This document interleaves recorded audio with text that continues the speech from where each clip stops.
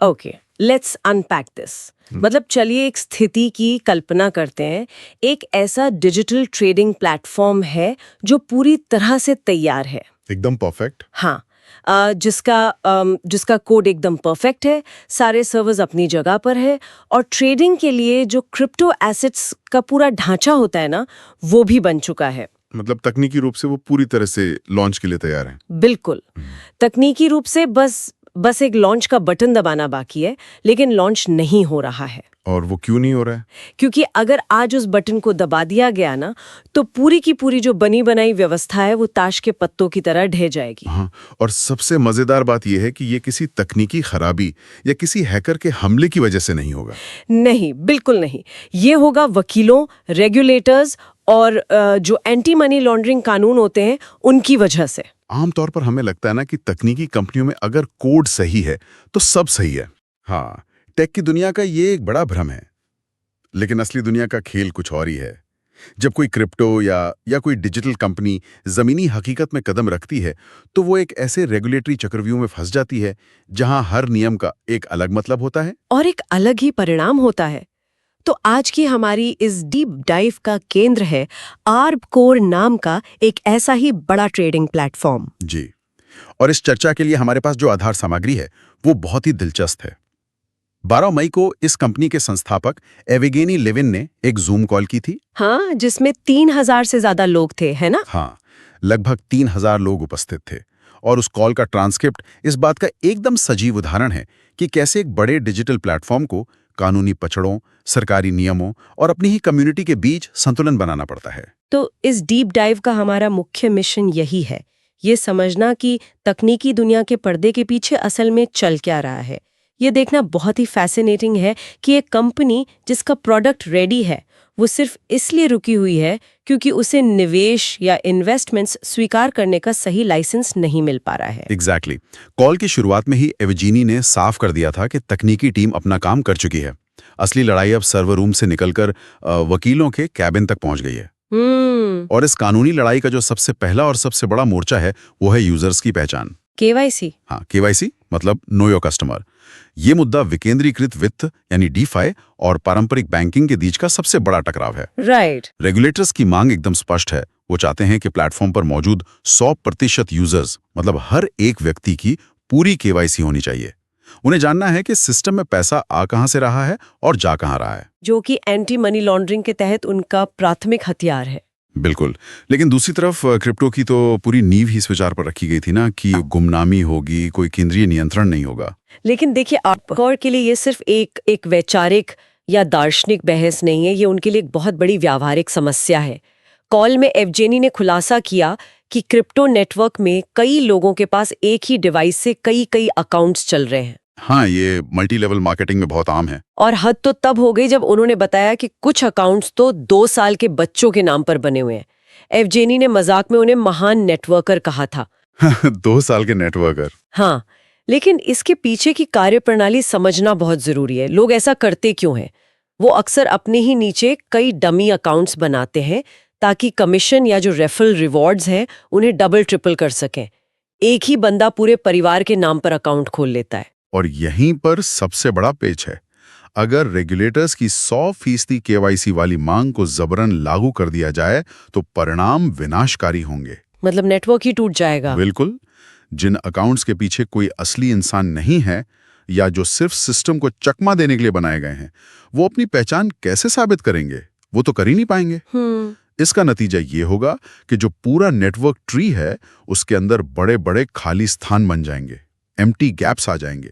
एक ऐसा नेटवर्क जो एक दूसरे से जुड़ी कड़ियों पर चलता है, उसकी आधी कड़ियां तो गायब ही हो जाएंगी। इस पूरी स्थिति को अगर मैं कहूँ तो जेंगा के खेल की तरह देखा जा सकता है। जेंगा? हाँ, वो लकड़ी के ब्लॉक्स वाला। हाँ। जेंगा में हम लकड़ी के छोटे छोटे ब्लॉक्स को एक के ऊपर एक रखकर टावर बनाते हैं, राइट? आर्ब कोर का नेटवर्क भी वैसा ही एक बना बनाया टावर है। बिल्कुल सही एनालॉजी है। और अब रेगुलेटर्स क्या कह रहे हैं? वो कह रहे हैं कि जिन ब्लॉक्स पर केवाईसी का ठप्पा नहीं है उन्हें टावर से बाहर खींच लो। और हम सब जानते हैं कि जेंगा में क्या होता है। एग्जैक्टली। जब आप किसी बने बनाए टावर के बीच में से अचानक इतने सारे ब्लॉक्स खींच लेंगे तो ऊपर का हिस्सा अस्थिर हो जाएगा और पूरा टावर भर भराकर गिर जाएगा। आवकोर की पूरी टीम इसी खतरे के मुहाने पर खड़ी है। और इसी टावर को गिरने से बचाने के लिए एवगेनी ने एक बीच का रास्ता निकाला है, वो वॉल्यूम आधारित केवाईसी। Volume based KYC? हाँ, ये क्या होता है? इसके पीछे का तर्क यह है कि भाई हर छोटे लेन देन के लिए पहचान क्यों चाहिए? अगर कोई व्यक्ति सिस्टम में सिर्फ कुछ $100 का लेन देन कर रहा है तो उसे गुमनाम रहने की अनुमति मिलनी चाहिए। ओह, तो मतलब जो छोटे ब्लॉक्स हैं उन्हें छेड़ा ही नहीं जाएगा। बिल्कुल। इससे नेटवर्क के निचले स्तर के छोटे अकाउंट्स बिना किसी रुकावट के चलते रहेंगे और आपका जिंगा का टावर सुरक्षित रहेगा। केवाईसी की मांग सिर्फ तब ट्रिगर होनी चाहिए जब कोई यूजर एक निश्चित बड़ी सीमा से ज्यादा का लेन देन करे। ये मनी लॉन्ड्रिंग के बड़े खतरों को भी रोक लेगा और नेटवर्क भी बच जाएगा। हाँ, ये एक बहुत ही स्मार्ट समाधान है। लेकिन ये समाधान कागजों पर सुनने में जितना अच्छा लगता है, इसे रेगुलेटर्स से मनवाना एक अलग ही लड़ाई है। हाँ, वो इतनी आसानी से मानते नहीं है। और कॉल में एविगेनी का रुख इस पर बहुत सख्त था। मतलब वो केवल जुबानी बातचीत या किसी वर्बल सहमति पे भरोसा करने को तैयार नहीं है। उन्होंने साफ कहा कि उन्हें रेगुलेटर से लिखित समझौते या रिटन कंफर्मेशन चाहिए। और उनका ये अविश्वास करना बिल्कुल जायज है। इसका एक बहुत ही ठोस ऐतिहासिक कारण है। अच्छा? हाँ, पिछले कुछ सालों में हमने देखा है कि कई क्रिप्टो एक्सचेंजों के ने सिर्फ मौखिक आश्वासनों पे काम करना शुरू किया। वो एक ग्रे एरिया में ऑपरेट करते थे। शुरुआत में तो रेगुलेटर्स ने ध्यान नहीं दिया, लेकिन जब उन एक्सचेंजों का साइज बढ़ गया तो उन पर भारी जुर्माने लगा दिए गए। अरबों डॉलर के जुर्माने, कुछ तो पूरी तरह से बंद ही हो गए। एविगिनी ये बहुत अच्छी तरह समझते हैं कि जब तक किसी सरकारी मुहर और हस्ताक्षर के साथ नियम स्पष्ट नहीं हो जाते, आगे बढ़ना आत्महत्या जैसा है। तो मतलब ये कागजी कार्रवाई अभी लॉन्च को धीमा जरूर कर रही है, लेकिन भविष्य के किसी बड़े विनाश से बचा रही है। एग्जैक्टली। खैर, पहचान और केवाईसी की पहेली को अगर हम साइड में रखें तो अगला जो सबसे बड़ा सवाल रेगुलेटर्स उठाते हैं वो है लिक्विडिटी और पैसे का। हाँ, पैसा कहाँ से आ रहा है और कितना है? राइट। प्लेटफॉर्म के पास असल में कितनी संपत्ति है और वो बाजार से कितना नया निवेश उठा सकते हैं। कॉल में लिक्विडिटी के गणित पर बहुत जोर दिया गया। बताया गया कि रेगुलेटर्स का एक बहुत ही सख्त नियम होता है, लिक्विडिटी अनुपात का नियम। हाँ, एक ब्रोकर बाजार से केवल उतना ही निवेश ले सकता है जो उसके पास मौजूद कुल लिक्विडिटी का एक निश्चित हिस्सा हो। जैसे अगर प्लेटफॉर्म के पास $1 मिलियन की लिक्विडिटी है तो वो अधिकतम केवल $2 लाख का ही निवेश ले सकते हैं। मतलब 1 और 5 का अनुपात। और इसके पीछे का लॉजिक जोखिम प्रबंधन है। रेगुलेटर्स ये सुनिश्चित करना चाहते हैं कि अगर बाजार अचानक क्रैश हो जाए या सारे यूजर्स एक साथ अपना पैसा निकालने आ जाए, बैंक रन की तरह, बिल्कुल, तो ऐसे में ब्रोकर दिवालिया न हो जाए। ब्रोकर के पास हमेशा यूजर्स के कुल निवेश से बहुत ज्यादा रिजर्व पैसा होना ही चाहिए। लेकिन आवकोर जैसे तेजी से बढ़ते प्लेटफॉर्म के लिए तो ये नियम एक बड़ी रुकावट है। उन्हें अगर नया निवेश लेना है तो उन्हें अपनी लिक्विडिटी बहुत बढ़ानी पड़ेगी। और इसीलिए वो लगातार नए एक्सचेंजों के साथ कॉन्ट्रैक्ट कर रहे हैं। कॉल में उन्होंने बताया कि कनाडा के 4 नए एक्सचेंजों के साथ बात चल रही है। हाँ, जिससे प्लेटफॉर्म को 50 मिलियन USDT का भारी वॉल्यूम मिलेगा। सही कहा। हर नए एक्सचेंज के जुड़ने का सीधा मतलब है कि लिक्विडिटी पूल बड़ा हो रहा है और कानूनी रूप से वो और ज्यादा निवेश ला सकते हैं। लेकिन ये जो पैसा है, इसे जब यूजर्स के बीच बांटने की मारी आती है, खासतौर पर नेटवर्क मार्केटिंग या MLM के रूप में, तो कहानी फिर उलझ जाती है। अरे, रेगुलेटर्स तो MLM का नाम सुनते ही सतर्क हो जाते हैं। हाँ, वित्तीय कानूनों में जैसे ही लेवल आधारित रिवॉर्ड्स या रेफरल बोनस जैसे शब्द आते हैं तो रेगुलेटर्स उसे तुरंत पिरामिड स्कीम के चश्मे से देखने लगते हैं। उन्हें लगता है कि कहीं नए लोगों के पैसे से पुराने लोगों को भुगतान तो नहीं किया जा रहा है। बिल्कुल। और इस पिरामिड स्कीम के ठप्पे से बचना किसी भी क्रिप्टो कंपनी के लिए सिरदर्द होता है। तो आपको ने इसका जो समाधान निकाला है वो पहली नजर में मुझे बहुत ही पेचीदा लगा। उन्होंने कंपनी को 2 हिस्सों में बांट दिया है। हाँ, उन्होंने अपने पूरे ऑपरेशंस को 2 अलग लीगल एंटिटीज में विभाजित कर दिया है। मतलब कंपनी ए जो है वो सिर्फ एक ब्रोकर की तरह काम करेगी। उसका काम है ट्रेडिंग करना और मुनाफा कमाना। यूजर्स के रेफरल से उसका कोई सीधा लेना देना नहीं है। और जब ये कंपनी ए मुनाफा कमाएगी तो वो उसका एक हिस्सा कंपनी बी को दे देगी और फिर कंपनी बी उस पैसे को यूजर्स के बीच नेटवर्क रिवॉर्ड्स के तौर पर बांटेगी। इसे पारंपरिक वित्तीय दुनिया में जोखिम को अलग करना या कॉर्पोरेट रीस्ट्रक्चरिंग कहते हैं। लेकिन एक सेकंड के लिए अगर हम जमीनी हकीकत देखें तो क्या ये सिर्फ एक कानूनी जुगाड़ नहीं है? हाँ, मेरा मतलब है एक ही सिस्टम को सिर्फ कागजों पर 2 हिस्सों में बांट दिया और बीच में एक दीवार खड़ी कर दी। क्या रेगुलेटर्स इतने भोले हैं कि वो इस कागजी दीवार को सच मान लेंगे? देखिए, ये एक बहुत ही तीखा सवाल है। देखने में ये सच में एक बहुत ही सुविधाजनक लूपहोल लगता है ना? अंततः तो ये सब एक ही व्यवस्था का हिस्सा है। हाँ, लेकिन कॉर्पोरेट कानून ऐसे ही काम करता है। जब रेगुलेटर्स किसी ब्रोकर यानी या कंपनी ए का ऑडिट करते हैं तो वो सिर्फ ये देखते हैं कि क्या वो ट्रेडिंग के नियमों और लिक्विडिटी मानकों का पालन कर रहे हैं या नहीं। अच्छा। क्योंकि कंपनी ए खुद कोई नेटवर्क मार्केटिंग नहीं कर रही है तो वो एक साफ सुथरा वित्तीय संस्थान मानी जाती है, और दूसरी तरफ जो कंपनी बी है वो एक मार्केटिंग या आईटी सेवा कंपनी के रूप में रजिस्टर होती है। वो सीधे जनता से निवेश नहीं ले रही है, बस कमीशन बांट रही है। तो दोनों अपने अपने दायरे में एकदम लीगल हैं। बिल्कुल। रेगुलेटर्स के लिए ये भोलापन नहीं है, ये बस कानून के शब्दों का कड़ाई से पालन करना है। वाओ, मतलब कागजों पर सब एकदम क्लीन है और इस कानूनी रीस्ट्रक्चरिंग का एक बहुत बड़ा असर आपकोर के बिजनेस मॉडल पर भी पड़ने वाला है। हाँ, वो पूरी तरह से B2B में बदल रहे हैं। एग्जैक्टली। कॉल में साफ कहा गया कि भविष्य में आपकोर सिर्फ पंजीकृत लीगल एंटिटीज या बड़े कॉर्पोरेट्स के साथ ही डील करेगा और काम करने का जो न्यूनतम वॉल्यूम है वो $2 मिलियन रखा गया है। $2 मिलियन, ये बहुत ऊंची सीमा है। इसका मतलब है कि मुख्य प्लेटफॉर्म अब सिर्फ बड़े खिलाड़ियों और संस्थागत निवेशकों के लिए ही रहेगा। तो फिर उन हजारों आम यूजर्स का क्या होगा? वो लोग जो छोटे निवेश के साथ जुड़े थे। कॉल में उन्हें शायद फिजिकल एंटिटीज कहा गया था। हाँ, व्यक्तिगत यूजर्स। उन्हें इस बड़े B2B ढांचे से पूरी तरह अलग रखा जाएगा। एविगिनी की योजना है कि इन सभी आम यूजर्स को एक बिल्कुल नए ट्रेडिंग प्लेटफॉर्म पर शिफ्ट कर दिया जाए, जहां वो अपने छोटे अमाउंट के साथ ट्रेड कर सकें। सही क्या? और इस बदलाव को आसान बनाने के लिए उन्होंने एक दिलचस्प रणनीति भी बताई। गुरुवार की जूम कॉल के ठीक बाद इस नए प्लेटफॉर्म का इंटरफेस खोल दिया जाएगा। लेकिन उसमें लाइव ट्रेडिंग नहीं होगी, राइट? नहीं, वो सिर्फ एक डेमो मोड या रीड ओनली मोड की तरह होगा, ताकि लोग सिस्टम से परिचित हो सकें। बिल्कुल। जब भी किसी प्लेटफॉर्म में इतना बड़ा बदलाव होता है तो कम्युनिटी में घबराहट फैलना लाजमी है। नया इंटरफेस पहले से देकर वो यूजर्स को मौका दे रहे हैं कि वो बिना पैसे खोने के डर के नए बटन, चार्ट्स और फीचर्स को समझ लें। वो अपनी नई रणनीतियां बना सकते हैं। हाँ, ताकि जब असली ट्रेडिंग शुरू हो तो वो पूरी तरह तैयार हो। ये कम्युनिटी मैनेजमेंट का एक बहुत स्मार्ट तरीका है। अभी तक हमने जितनी भी बात की, रेगुलेशंस, लिक्विडिटी, कॉर्पोरेट ढांचा, ये सब बहुत ही बिजनेस और लॉजिकल लगता है, लेकिन इस जूम कॉल का एक दूसरा हिस्सा भी था। हाँ, वो हिस्सा जो थोड़ा अजीब था, बहुत अजीब, जिसने कंपनी के लीडर्स की मानसिकता और उनकी संस्कृति की एक बिल्कुल अलग ही तस्वीर पेश की। मतलब एक तरफ वो गंभीर बिजनेस की बातें कर रहे हैं और दूसरी तरफ व्यक्तिगत भविष्यवाणियां चल रही हैं। हाँ, व्यापारिक बातचीत से सीधे सामुदायिक मनोविज्ञान पर आ गए। जैसे एक तरफ कंपनी अपने टॉप लीडर्स को खुश करने के लिए भव्य योजनाओं की घोषणा कर रही है। बताया गया कि 19 जून से मॉन्टेनेग्रो में 7 दिनों का एक आलीशान इवेंट होगा, जिसके लिए पूरा का पूरा एक नया स्पा होटल बुक किया गया है। हाँ, जो साफ तौर पर सफलता दिखाने और लोगों में जोश भरने का तरीका है। और कॉल के बीच में एक बड़ा ही अनौपचारिक और हल्का पल भी आता है जब एवगेनी की एक सफेद बिल्ली कैमरे के पीछे से गुजरती है और वो अपने कपड़ों से बिल्ली के बाल साफ करने को लेकर मजाक करते हैं। हाँ, जो कि बहुत ही मानवीय पल था।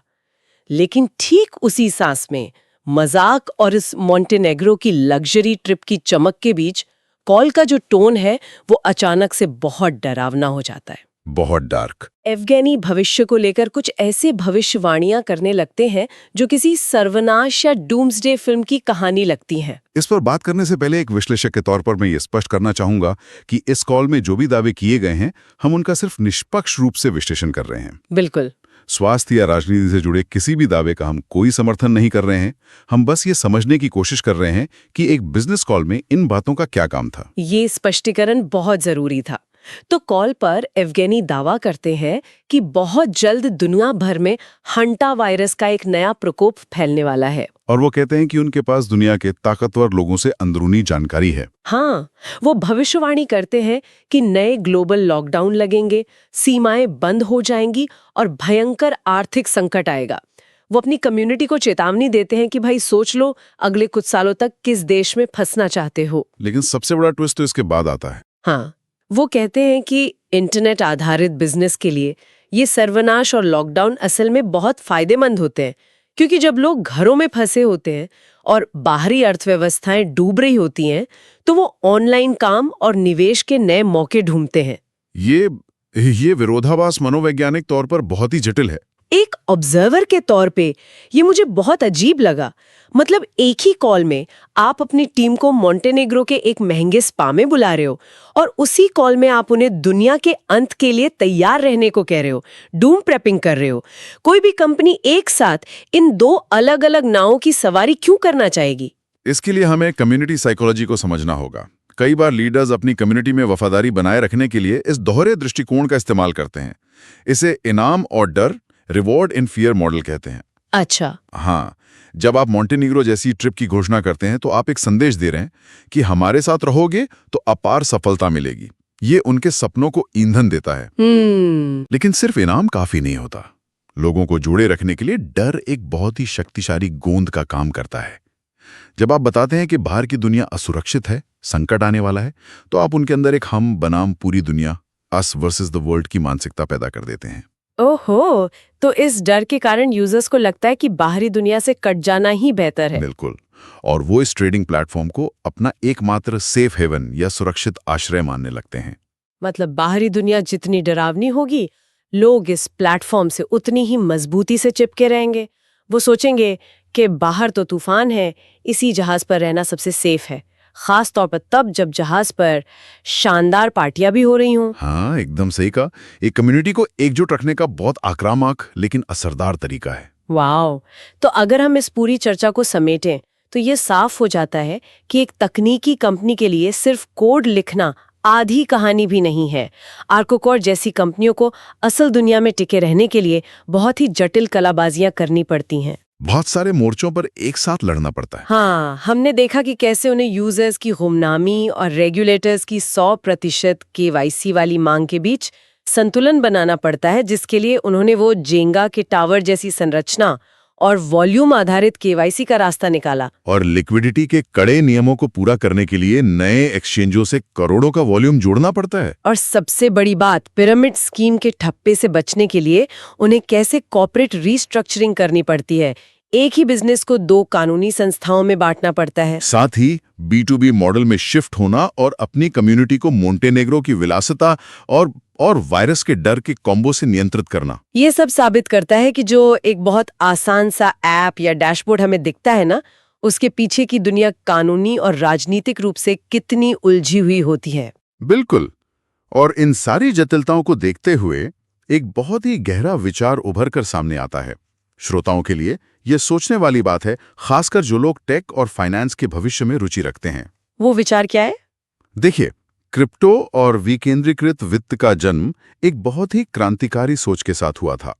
इसका असली मकसद था पारंपरिक बैंकों, उनके भारी भरकम नियमों और बिचौलियों को खत्म करना, सत्ता आम लोगों के हाथ में देना, राइट? हाँ, लेकिन आज हमने जो भी देखा वो एक बिल्कुल अलग ही दिशा में जा रहा है। कैसे? अगर इन क्रिप्टो कंपनियों को रेगुलेटर से बचने, कानूनी रूप से निवेश लेने और बाजार में टिके रहने के लिए उसी पारंपरिक कॉर्पोरेट ढांचे को अपनाना पड़ रहा है, जैसे खुद को B2B में बदलना, कंपनियों को अलग अलग हिस्सों में बांटना, कागजी दीवारें खड़ी करना, तो क्या वो धीरे धीरे उन्हीं बैंकों और वित्तीय संस्थानों का रूप नहीं ले रही हैं जिन्हें वो खत्म करने आई थी? क्या सिस्टम से लड़ने के चक्कर में ये विकेंद्रीकृत कंपनियां खुद ही वो केंद्रीकृत सिस्टम नहीं बन रही हैं? ये सवाल तो वाकई उस पूरी बुनियाद को हिला देता है जिस पर इस नई वित्तीय दुनिया के खड़े होने का दावा किया जाता है। मतलब जो तकनीक कभी आजादी का प्रतीक थी, वो धीरे धीरे उसी ढांचे में ढल रही है जिससे वो भाग रही थी। बिल्कुल, ये निश्चित रूप से एक ऐसा विचार है जो इस पूरे विषय को देखने का नजरिया ही बदल देता है।